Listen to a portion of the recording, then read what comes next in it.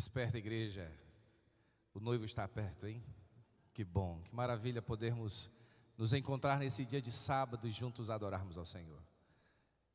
Todos vocês são bem-vindos aqui, inclusive eu, né?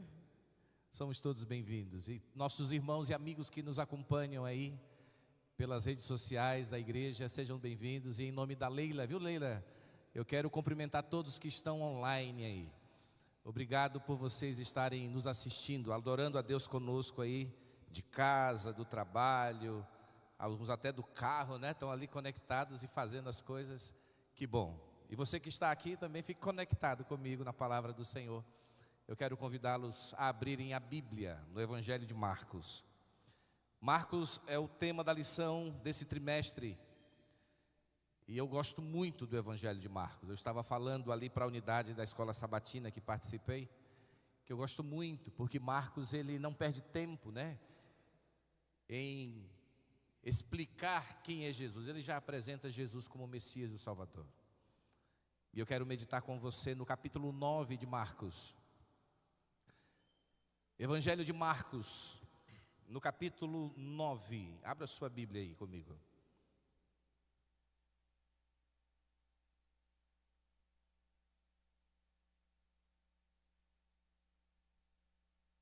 Nós vamos ler aí praticamente quase todo o capítulo. Nós não vamos ler tudo, vamos comentando e alguns pontos principais nós vamos dando destaque. Se você tiver uma caneta para ir marcando, é bom. Eu gosto de estudar anotando, colocando as palavras, grifando os termos. Isso é muito bom para o nosso crescimento no estudo da palavra. Eu coloquei como título desta meditação assim: do alto do monte da consagração às campinas das lutas da vida. E você vai entender o porquê disso. Porque geralmente é assim. Na vida do cristão, nós vamos passar por pelo menos 3 caminhos diferentes. O primeiro caminho é a campina ou vale, sabe? Onde tudo é verdejante, onde você tem abundância de águas, onde tudo está bem. É aquela fase da nossa vida quando tudo está bem.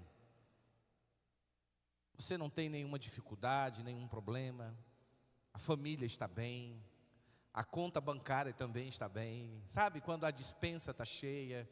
Está tudo bom, está tudo tranquilo.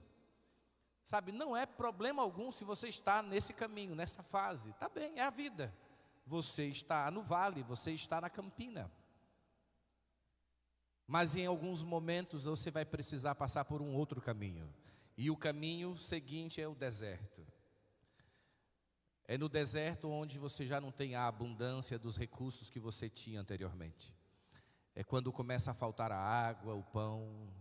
É quando uma doença vem. Quando você perde alguém. Enfim. No deserto tem o calor, as pedras, as feras, as dificuldades. É uma outra fase da vida. Em algum momento da sua vida você vai precisar passar pelo deserto. Mas nós vamos chegar à terceira parte do caminho. Um outro caminho, que é o monte. E você vai entender por que eu estou falando do monte. O capítulo 9, ele começa com um verso que não faz parte do capítulo 9. Ele é a continuidade ou a conclusão do capítulo 8 em Marcos. Se você ler essa história em Mateus, você vai ver que essa divisão foi mais bem feita. Porque Mateus era mais criterioso, né? Mas aqui no Evangelho de Marcos você vê que o final do capítulo 8 já é o início do capítulo 9. Mas por quê? Você vai entender, Marcos faz uma conexão. E o verso 1 diz assim, Marcos capítulo 9, o verso 1. Dizia-lhes ainda, em verdade vos afirmo, dos que aqui se encontram alguns há, que de maneira nenhuma passarão pela morte, até que vejam ter chegado com poder o reino de Deus. Aí começa de fato o capítulo 9, no verso 2, dizendo assim: 6 dias depois, tomou Jesus consigo a Pedro, Tiago e João, e levou-os sós à parte, a um alto monte. Aí aparece o monte que eu falei para você. Para nós entendermos, o texto diz 6 dias depois. Depois do quê? O que aconteceu 6 dias antes? Ou como diz Lucas, Lucas fala assim, mais ou menos 8 dias da declaração que Pedro tinha feito. E você vai encontrar essa declaração no capítulo 8 e o verso 29. Jesus pergunta assim para os discípulos: o que as pessoas dizem de mim? Quem sou eu para elas? E os discípulos falam, eles falam que o Senhor é profeta, é Elias, é um profeta, e vai falando, vai falando. Aí Jesus muda o foco, e vocês? Quem sou eu para vocês? Aí Pedro declara assim, tu és o Cristo, tu és o Cristo, o Filho do Deus vivo. E Jesus fala, olha Pedro, quem te revelou isso foi o meu Pai. Isso não veio de você mesmo. 6 dias depois desta declaração, Jesus pega 3 de seus discípulos, Pedro, Tiago e João, e leva-os a sós, à parte. Mateus usa a expressão particular, para um alto monte. Monte na Bíblia é símbolo da presença de Deus. Monte, você vai ver na história muitos personagens bíblicos subindo aos montes, né? Você vê Abraão subindo ao monte e tendo que sacrificar o seu filho. Você vê Moisés subindo ao monte e do alto ele vê toda a terra prometida. E ali mesmo ele morre e é sepultado pelo Senhor. Você vê quem mais subindo aos montes? Me ajudem aí. Elias subiu ao Monte Carmelo, e ali defendeu a Deus, mostrando que o Deus verdadeiro era o Deus de Israel. E você vê tantos e tantos outros personagens subindo ao monte. Abraão, justo, e assim, subir ao monte é o símbolo de estar na presença de Deus. É por isso que a gente vê muitos cristãos indo fazer campanhas de oração no monte, né? Eles têm esse costume de orar no monte. Jesus era um que subia aos montes. Ele gostava de subir a montanha e de estar a sós com Deus, orando, consagrando a sua vida ao Senhor. Era comum para Jesus. Eu lembro de um programa jovem que participei quando era adolescente, isso já faz um tempo, né? Há muito tempo. E aí o pastor disse assim para nós, olha, o esporte preferido de Jesus era montanhismo, porque ele gostava de subir os montes, as montanhas. Mas não era só para ficar admirando a paisagem, era para estar em oração. E aqui não foi diferente. Você vai ver lá em Lucas, deixa aberto comigo também Lucas no capítulo 9. Porque Lucas diz o propósito de Jesus subir ao monte. Lucas capítulo 9 e o verso 28 diz assim, subiu ao monte com o propósito de orar. Está aí, deixa marcadinho Lucas também, nós vamos voltar em Lucas. Então Jesus tinha um propósito, subir ao monte para orar. E ele levou consigo 3 de seus discípulos, Pedro e os irmãos Tiago e João. Agora é interessante, e os outros 9 discípulos ficaram aonde? Ficaram lá no pé da montanha. Eles não subiram a montanha com Jesus. Por que Jesus escolheu esses 3 discípulos e não escolheu outros? Ellen White, no livro Desejado de Todas as Nações, no capítulo 47, que fala sobre a transfiguração, ela diz que esses 3, eles estavam assim mais preparados para entender a missão de Cristo. E esses 3 iriam passar pelo Getsemane com Jesus. Então, para prepará-los para o Getsemane, Jesus os traz consigo para o alto daquele monte. Imagina subir aquela montanha depois de um dia exaustivo de trabalho em prol das pessoas. Pessoas foram curadas, pessoas foram libertadas. E no final daquela tarde, Jesus começa a subir aquela montanha. É bem provável que quando chega a noite ele esteja no alto daquela montanha e já não consegue mais enxergar muito bem as coisas. E ali ele pede para os discípulos ficarem um pouco mais afastados e ele vai um pouco mais à frente e começam a orar. Só o que acontece com os discípulos nesse período. Interessante que a gente gosta de falar mal deles, né? Mas não é assim também às vezes conosco. Eles dormiram cansados, estavam no alto do monte, mas estavam cansados e adormeceram. E ali, no alto daquela montanha, Jesus roga ao Pai: Senhor, é por eles que eu estou aqui. E eu quero que tu mostres para eles o teu reino. No verso 1 do capítulo 9, que eu falei para você que esse verso pertence ao capítulo 8, Jesus disse que alguns dos que estavam ali ouvindo ele falar, não morreriam antes de ver o reino da glória de Deus. E ele estava falando com respeito a esses 3 discípulos. Esses 3 discípulos tiveram um vislumbre de como vai ser o reino de Deus. No alto daquela montanha, enquanto eles dormiam, e Jesus orava, o verso 2 continua dizendo assim: foi transfigurado diante deles, as suas vestes tornaram-se resplandecentes e sobremodo brancas, como nenhum lavandeiro na terra as poderia alvejar. A palavra traduzida aqui como transfigurado, no original em grego é metamorfê, que veio da origem a palavra metamorfose na nossa língua. Houve uma transformação de Cristo. Ele já não estava mais apenas com o seu corpo humano. Este foi um dos poucos episódios na vida e no ministério de Cristo, onde a divindade irrompe a humanidade de Cristo. Ali no alto daquele monte, eles puderam contemplar o Cristo, o Filho do Deus vivo. Não apenas o Messias, não apenas o enviado do céu para salvar, mas a segunda pessoa da divindade. A glória de Cristo se encontra com a glória do Pai. E no alto daquele monte, eles participam de um concílio celestial. Quando eles acordam do sono pela claridade, eles veem que Jesus não está mais sozinho. Continue lendo comigo o texto.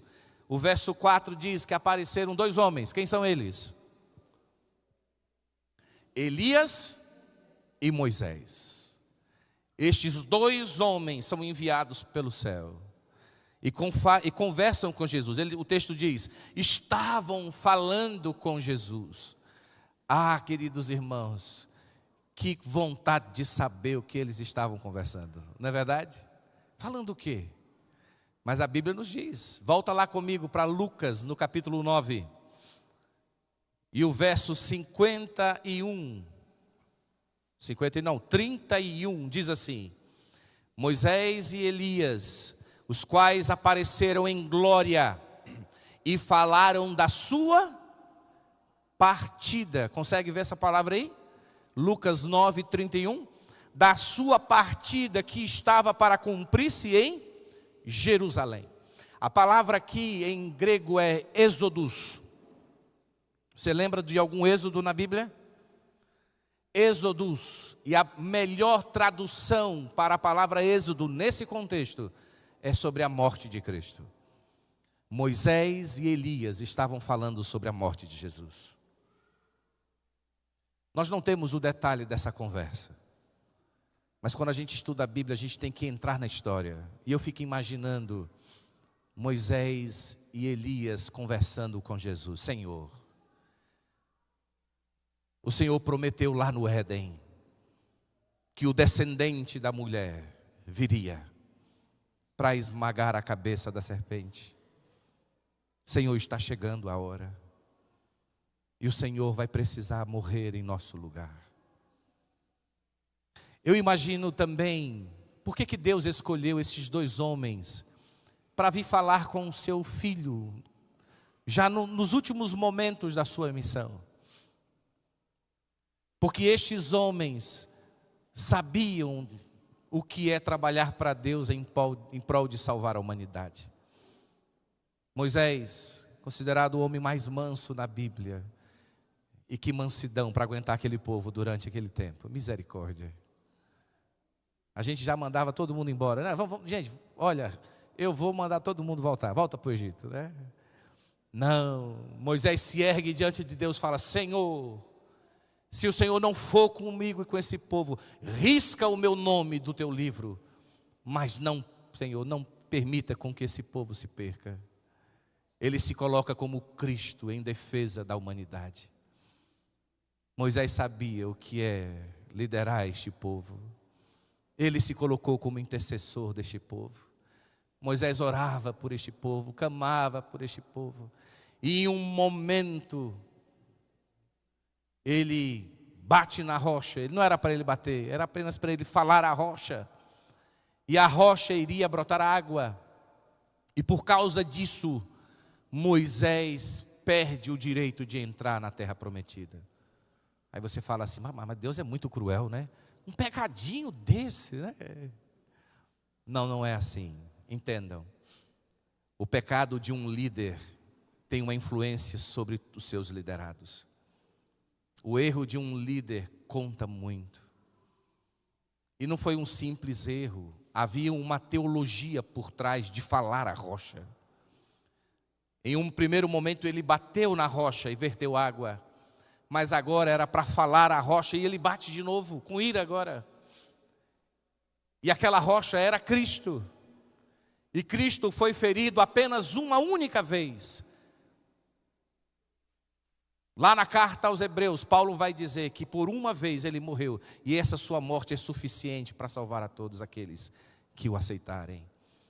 E ao bater de novo na rocha, Moisés estava ensinando uma doutrina errada. Então não foi um simples pecado.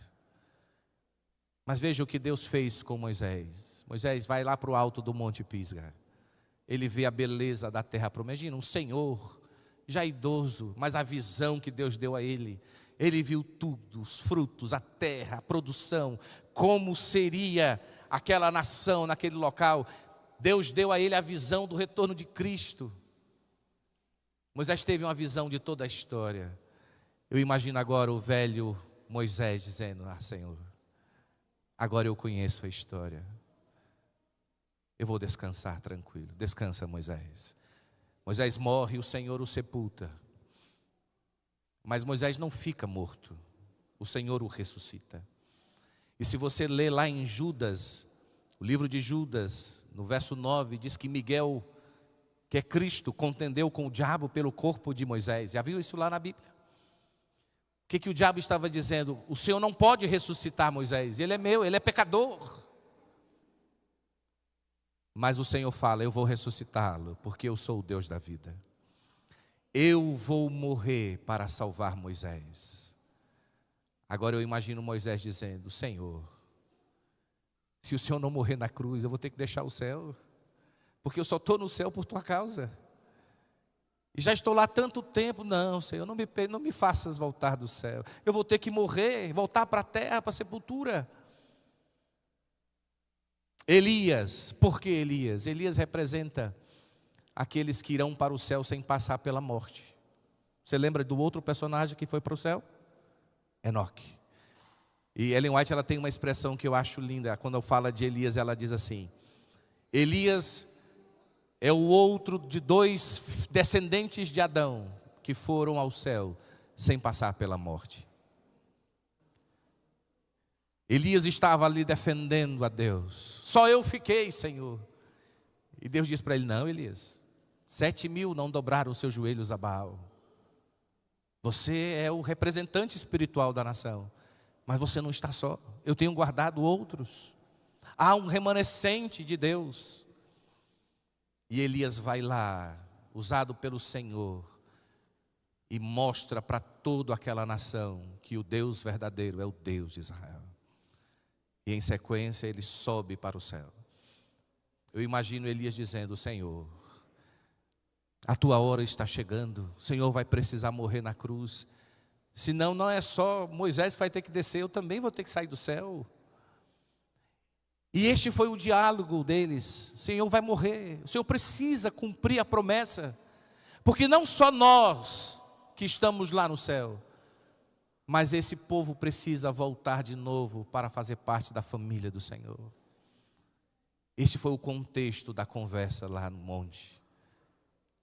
E quando eles terminam aquela cena maravilhosa, aquele diálogo incrível, há uma voz, e você encontra isso. Vamos voltar lá para Marcos 9, e o verso 7. Então veio uma nuvem que os envolveu.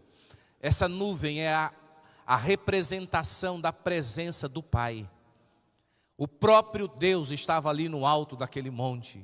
Pastor, como é que você prova isso? Leia o texto. Dessa nuvem saiu uma voz, e essa voz disse assim: este é o meu filho amado, a ele ouvi. Você lembra de algum outro momento quando a voz de Deus foi ouvida? No batismo de Jesus. Parabéns, irmã. E a senhora lembra o que aconteceu em sequência ao batismo de Jesus? Ele foi para o deserto da tentação. E depois de 40 dias, 40 noites de um jejum profundo, você encontra essa história em Mateus no capítulo 4, Jesus teve fome. E o diabo chega para tentar Jesus. Você lembra a tentação que o diabo fez para Jesus? A tentação não foi: manda estas pedras transformarem em pães. A tentação foi: se tu és o Filho de Deus.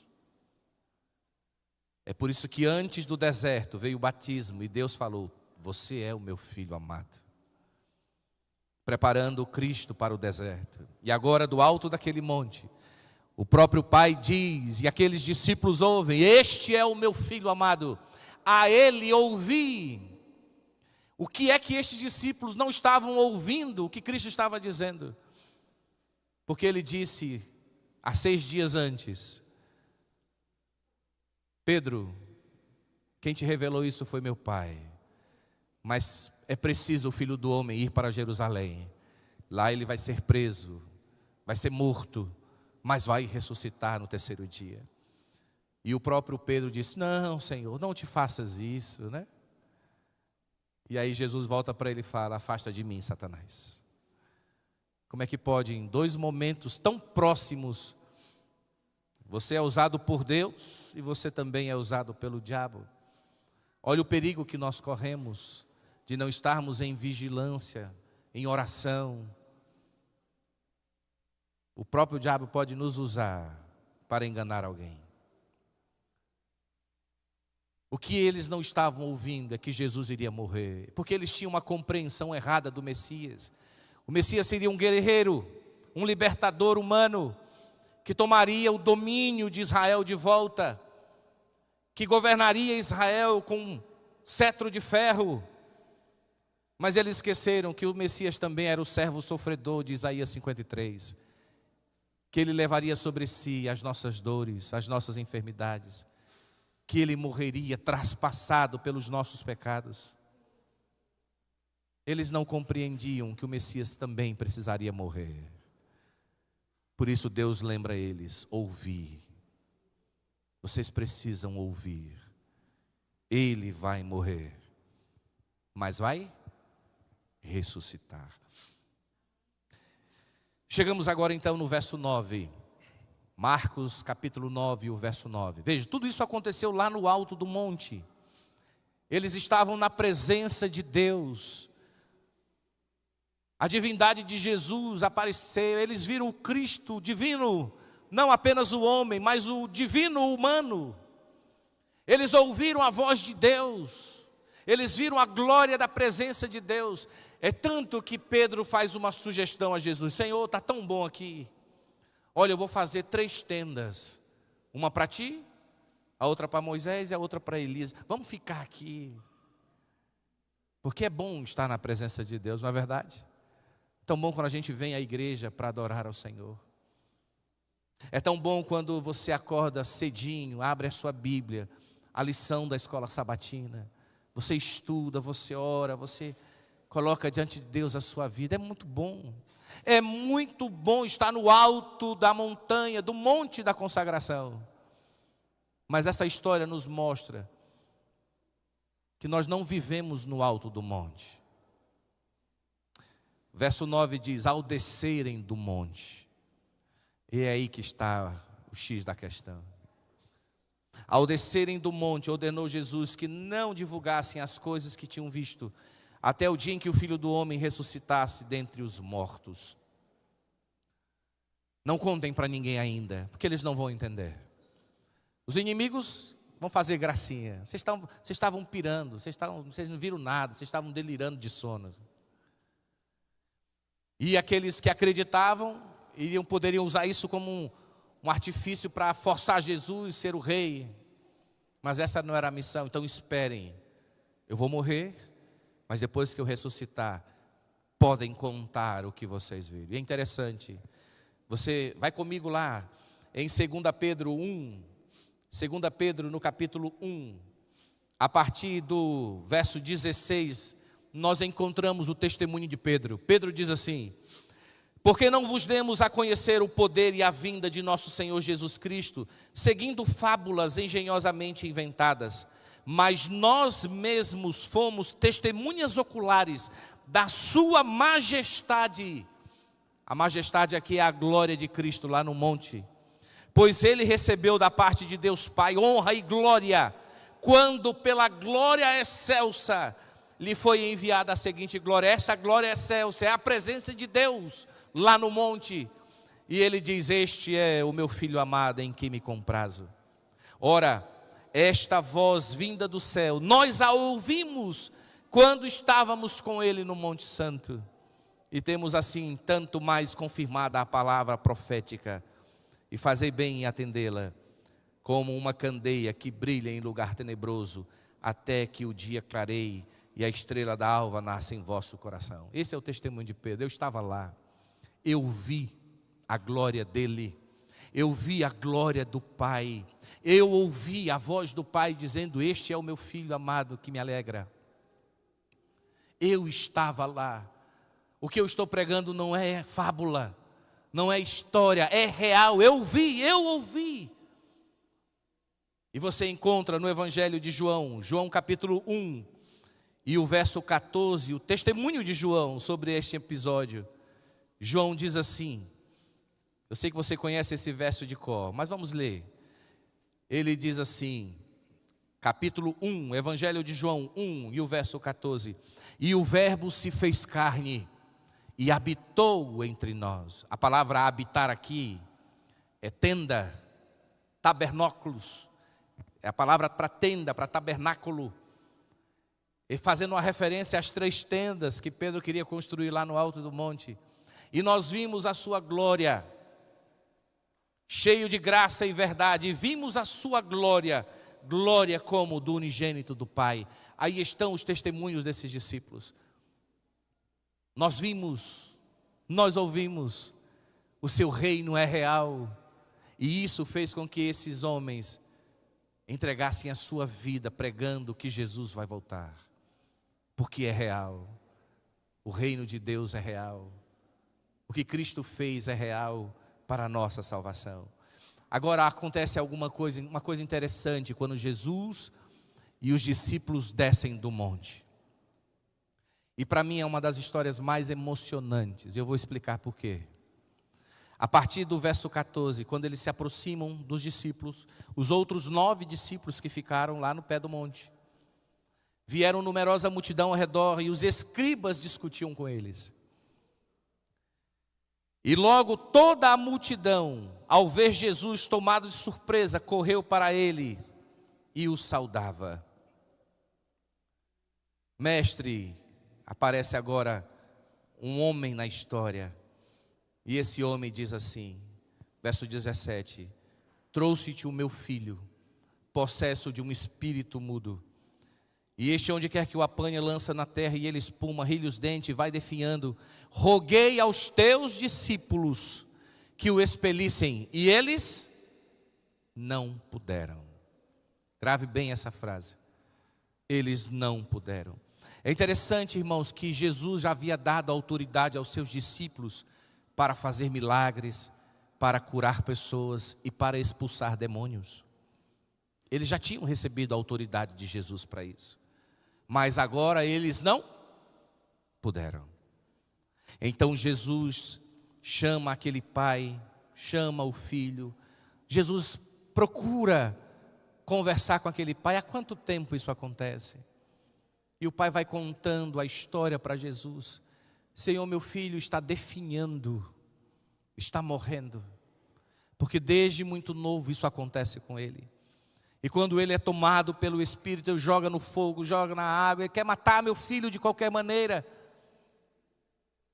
E aí num brado de extrema angústia do coração de um pai, ele diz assim, verso 22, mas se tu podes alguma coisa, tem compaixão de nós e ajuda-nos. É interessante essa fala desse pai. Se tu podes, né? É porque foi assim. Esse pai tinha uma fé em Cristo, é tanto que ele foi procurar Jesus. Mas quando ele chega e procura Cristo, não encontra, quem que ele encontra? Os seus discípulos. E eu imagino aquele pai pensando, rapaz, esses aqui andam com ele, eles também têm autoridade, eles vão poder me ajudar. E quando aquele chega para os discípulos, o que é que os discípulos fazem? Eles não puderam fazer nada. Eles oraram, eles impuseram a mão, eles fizeram o que aprenderam, mas não resolveu. Aí Jesus pergunta assim para ele: se podes, tudo é possível ao que crer. Eu gosto desse texto na Almeida Revista e Corrigida. Para mim ficou uma tradução mais gostosa. Na Almeida Revista Corrigida diz assim: se tu podes crer, tudo é possível ao que crer. Fica mais bonito, não fica? Se tu podes crer, tudo é possível ao que crer. Imagina o coração desse pai, ao ver o sofrimento de seu filho. A gente não sabe quanto tempo esse pai andou para levar o seu filho a Jesus. Na esperança de curá-lo, chega, não encontra Cristo, encontra os seus discípulos e eles não podem fazer nada. E no livro Desejar Todas as Nações é dito que os escribas começam então a chacotear os discípulos. Está vendo? Eles não têm autoridade. O mestre deles também não. É por isso que quando ele chega, Jesus pergunta assim para eles: o que é que vocês andam discutindo com os discípulos? Jesus sabia o que estava acontecendo. E aqui, agora, ao Jesus dizer: você pode crer? Se você crer, tudo é possível ao que crer. Aquele pai com lágrimas diz: eu creio, ajuda na minha falta de fé. Que oração maravilhosa. Eu creio. Entendam uma coisa aqui, queridos irmãos, amigos que nos acompanham também. Muitas vezes, a cura, o milagre que alguém próximo a nós está precisando, depende muitas vezes da nossa fé. Porque às vezes é alguém que não conhece a Deus como você conhece. É alguém que está sob o domínio do mal, como este jovem estava. E ele não tinha consciência para por si só buscar ao Senhor. É por isso que aquele pai se coloca como intercessor do seu filho e diz: nós, se tu podes, nos ajuda. Faz alguma coisa por nós. E Jesus fala: você pode crer? Tudo é possível que eu creio. Ele fala: eu creio então, eu creio. Eu creio, ajuda na minha falta de fé. E Jesus pôde então libertar aquele filho, porque aquele pai creu. Você, pai, mãe, tem crido o suficiente para que milagres aconteçam na vida dos seus filhos?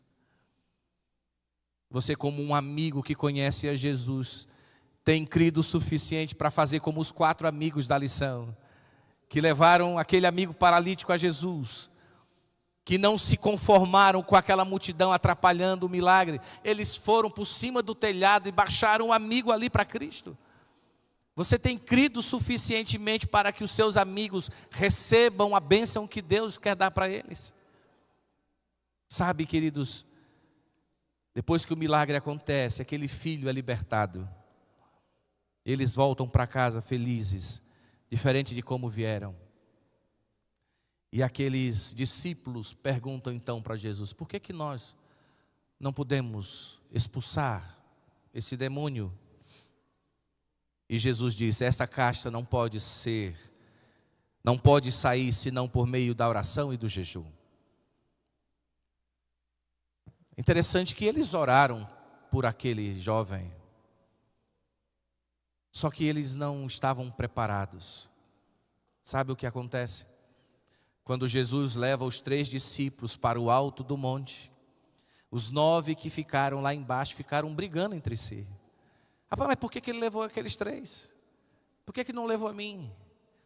Por que não foi você? E eles não ficaram orando, mas permitiram com que desavenças surgissem no meio deles. E esse é um perigo que nós corremos. Eu disse isso, vou repetir. Se não estivermos prontos, consagrados ao Senhor, alguém vem até nós buscando a Cristo e nós não vamos poder fazer nada, porque não estamos buscando, não estamos nos consagrando, estamos brigando entre si.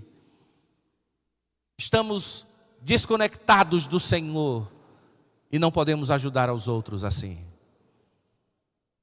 Era momento deles estarem em união, em oração. Jesus lá no monte orando, nós vamos continuar orando aqui embaixo até Ele voltar. Jesus foi lá buscar poder, vamos estar aqui clamando o poder para nossas vidas. Mas não foi assim que aconteceu. Isso é uma lição para nós.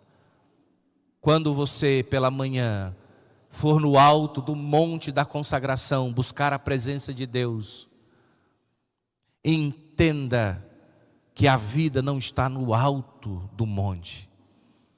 A vida está em descer do monte, lá para a campina, lá para o vale, lá onde as pessoas estão precisando de Deus. E eu e você somos os representantes de Deus. Você veio aqui hoje para adorar a Deus. Não é bom estar aqui? Louvando, adorando, devolvendo os nossos dízimos e ofertas. É maravilhoso estudar a Bíblia, orar. Mas, queridos, ninguém vive num monte da consagração. A vida, da sua vida de consagração, ela vai ser testada agora, ao você sair por aquela porta. É lá que a vida acontece. É lá que existem pessoas que vão chegar para você e vão dizer assim: ora por mim, ora pelo meu casamento que está acabado. Olha, vem me fazer uma visita. Estou precisando de um milagre. E aí eu e você, cheios do poder de Deus, vamos poder levar a bênção que Deus quer para a vida daquelas pessoas. Eu não sei qual é o milagre que você está precisando na sua vida. Eu sei que Deus é Deus de milagres. Eu não sei qual é a cura que você veio buscar neste dia. E você que está aí nos acompanhando, eu não sei o que você está buscando. Uma coisa eu sei, Deus quer dar este milagre a você. Mas a pergunta que eu faço é a mesma que Jesus fez àquele pai. Você pode crer? Tudo é possível ao que crer. Talvez você esteja aqui hoje, mas está precisando de uma cura emocional. Não sei, muito mais do que a cura física. Uma cura espiritual, como a lição que estudamos essa semana. Jesus diz ao paralítico: teus pecados estão perdoados. Ele precisava mais da cura espiritual do que da cura física. Mas Deus é tão maravilhoso que não manda uma bênção incompleta, né? Para que vocês saibam que Ele tem poder para perdoar pecados. Ele disse ao jovem paralítico: levanta e anda. Porque eu sou o Deus que cura. Eu não sei qual é a cura que você veio buscar ao Senhor. Quem sabe uma cura de relacionamento. Eu só sei que o Senhor quer curar você nesta manhã. Quer curar você dos seus traumas, dos seus medos.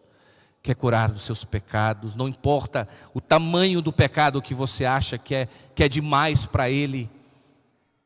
Mas Ele tem o poder e a autoridade para isso. Agora, você pode crer? Tudo é possível ao que crer. Talvez você veio hoje e falou assim: pastor, hoje eu não estou com uma fé tão forte assim. Não tem problema. Vamos fazer juntos a oração daquele pai. Me ajuda, Senhor, na minha falta de fé. Porque a fé o Senhor vai te dar para você crer o suficiente para que o milagre aconteça. Você só precisa permitir com que Deus haja na sua vida. E quantos nessa manhã querem permitir isso na sua vida? Vamos orar. Pai de amor, assim como aquele pai que foi te procurar, nós hoje estamos aqui na tua igreja. Viemos aqui diante do teu altar, na tua presença. Hoje aqui é o monte do Senhor, porque o Senhor está aqui presente. Nós viemos aqui, Senhor, buscar a cura, o milagre, buscar o teu poder, buscar a santidade, a fidelidade, buscar, Senhor, o domínio próprio, buscar o fruto do Espírito Santo, porque, Senhor, é difícil lá fora, na vida, viver este cristianismo, porque o diabo quer nos destruir, quer nos atacar, e quando não ataca a nós diretamente, ataca nossos filhos, nosso casamento, nossa família, nossos amigos. Pai, tenha misericórdia de nós. Nós cremos, mas se porventura há alguém aqui que está com a fé fraca, como aquele pai ficou, nos ajuda na nossa falta de fé, nos ajuda na nossa pouca fé, mas nos ajuda, Senhor, a crer em Ti, porque Tu és o nosso Senhor e o nosso Salvador. E assim, Senhor, estende a Tua mão e cura o Teu povo. É o que pedimos por Jesus. Amém.